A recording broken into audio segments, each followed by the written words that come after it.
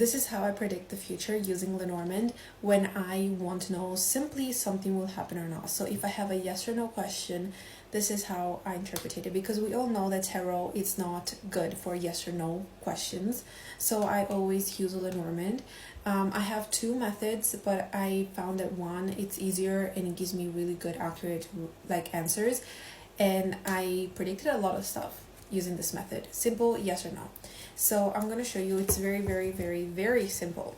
So you're going to shuffle your cards and you're going to ask your question. For example, let's say, will he text me back? This is just an example, okay?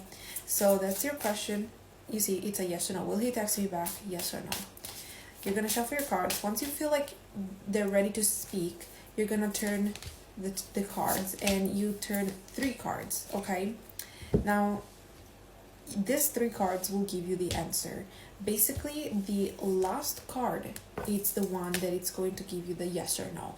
Now, in our case, it's the house, so this can be positive or negative.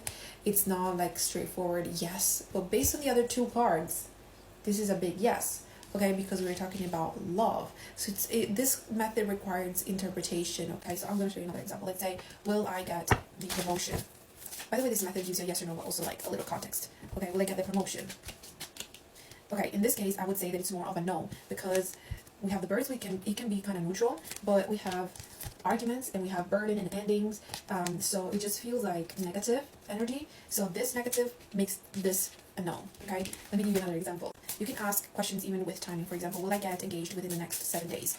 So you ask your question, you pull your 3 cards.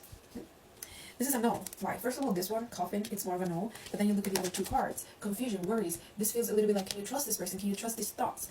It just doesn't feel like a yes, okay? It feels more like a no.